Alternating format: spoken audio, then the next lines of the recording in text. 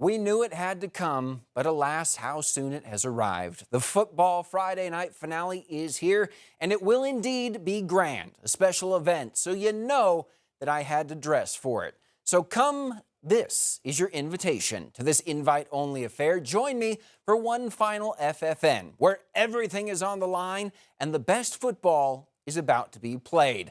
Let's start with the end of a journey, the 7A championship. Bentonville and Bryant, a rematch of last season. Would the Tigers get their revenge, or are the Hornets destined to repeat? Let's find out and head to Little Rock. Bentonville getting the ball to start, but Cole Slepecki would get sacked on this opening drive as that Hornets defense is swarming early. But Bryant's offense not having that issue. First drive of the day in Tiger territory. Jeremiah Motts putting it up and finding Keenum Latin in the end zone. Not a dead language or play. Hornets strike first. Tigers forced to punt again. So Jacoby Boone waiting at midfield. Boone muffs it, but he's able to pick it up. And when he does, oh boy, you know why we show you special teams. Heads to the outside, and he'll find his way all the way into the end zone for 6. So Bryant starting off strong. Second quarter, Tigers ball.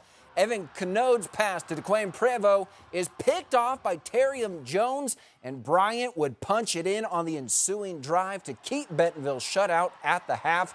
Boy, oh boy, this one was all Hornets tonight. They complete the repeat, 27-7, back-to-back champs, and for more on this one, I'll send it to Robin Hearn.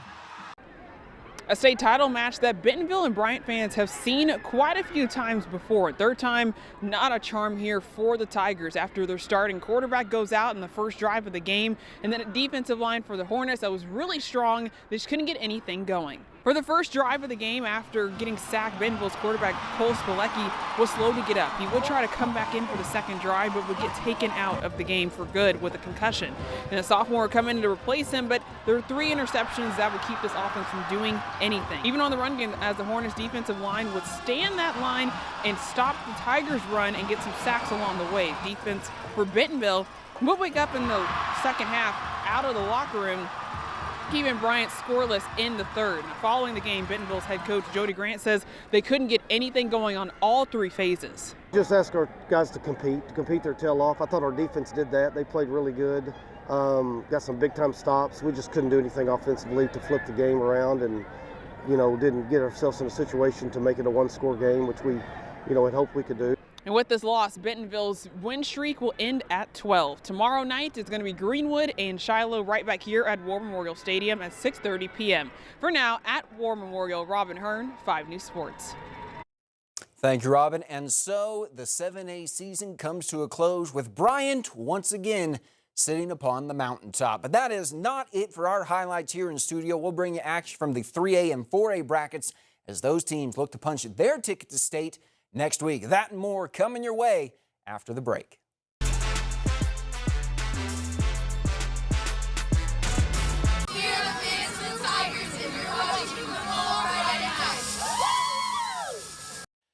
Once more into the fray, into the last Good Friday night we'll know.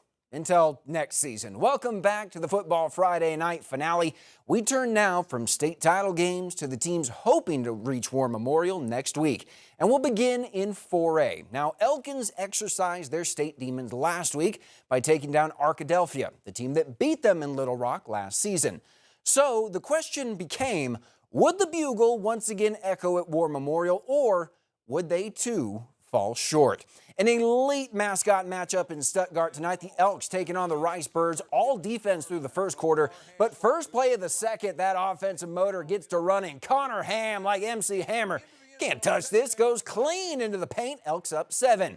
Later, time keeps on ticking right before the half. Ben Napier, that roll full of dimes. Trayton Whittle carving out a name for himself on the biggest stage. Elks up 14-0 at the Orange Slices and Gatorade break. They'd get the ball to start the second half, and more of the same. They'd stay going ham. That, kids, is why you do squats. Hit the weight room. 20-0 Elks after a missed point. And then this was more or less the nail in the coffin. And 7-Eleven may be operating 24/7, 365, but they still aren't as open as that running lane.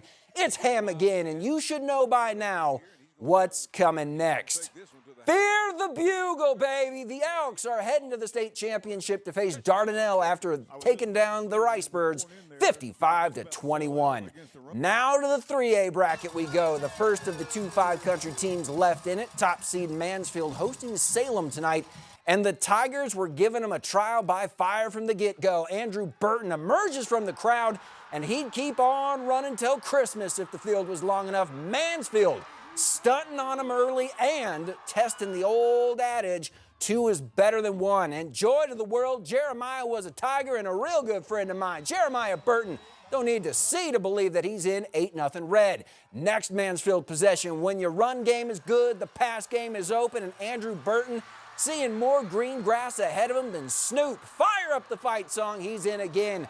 But the law firm of Burton & Burton ain't done just yet. Deja vu, this is not. Jeremiah is in for 2 again as Mansfield continued to roll, and Chandler Hoosman, he's going to add another one for good measure right before the half. We were all seeing red all night as the Tigers, the mighty, mighty Tigers, win big 48-22 to punch their ticket to the state title game. As for who they'd meet in Little Rock, that vacancy would be filled by either Boonville or Fordyce, and this was a Boonville type of game. 3 yards and a coating of mud. Bearcats grinding their way down the field before Hunter Warren barrels head first in for the score, but the Redbugs would respond with 2 of their own in the first half to take a 12-7 lead into the locker room.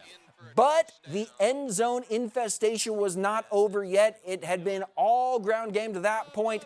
So they go over the top and they complete it to make it 18 unanswered and put Boonville in some real trouble. However, the Bearcats will not go quietly into this night. And who said fullback is a dead position? Brody Chambers listed as a fullback, but he ain't running like one. He gives the Bearcats life. However, Fordyce is able to hold on to secure the win 18-13 to end Boonville's season a game short of state.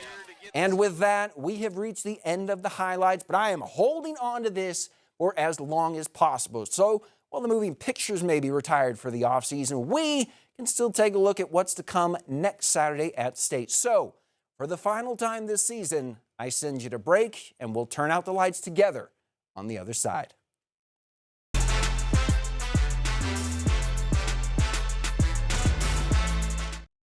Well, the end of the season is sadly in sight, but so too are the final state championship games of the year, and we'll take a look at the teams that made it tonight and the roads they took to get there the last few weeks. But first, we do have another title game tomorrow that we need to attend to, and it's another rematch. Shiloh Christian is the last remaining line of defense in keeping Greenwood from three-peating, but the Bulldogs have been an unstoppable force this season, just carrying on over from last year's 6A title game when they beat the Saints 61-35. So, will the Saints have their redemption tomorrow, or will the Bulldogs remain the top dog in 6A? Find out. Kickoff is at 6:30. Highlights will hit your screens at 10. Now to recap tonight's action, looking at the 3A bracket, the first of next week's championship games is set.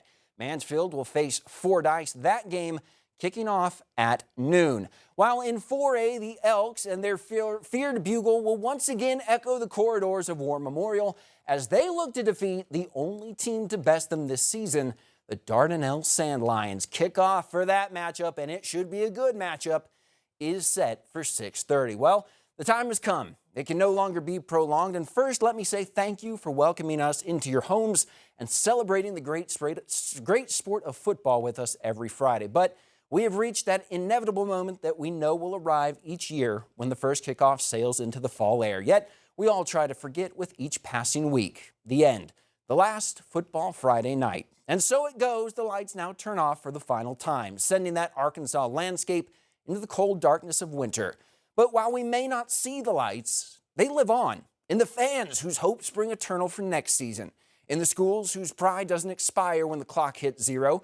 But most importantly, they live on the brightest in the players of tomorrow, the juniors who now have one final year as they give their all in the offseason to make their last ride the most memorable. It's the freshmen who step onto campus with hopes and dreams of etching their names and legacies into history to become the next hometown heroes. And it's in the youth that play alongside of their idols every Friday night. You see, the lights never truly go out. They're year-round. We just don't always see them. But when the time comes for them to once again light the fields of Arkansas, you can bet that we'll be right there to celebrate with you on another fantastic Football Friday night.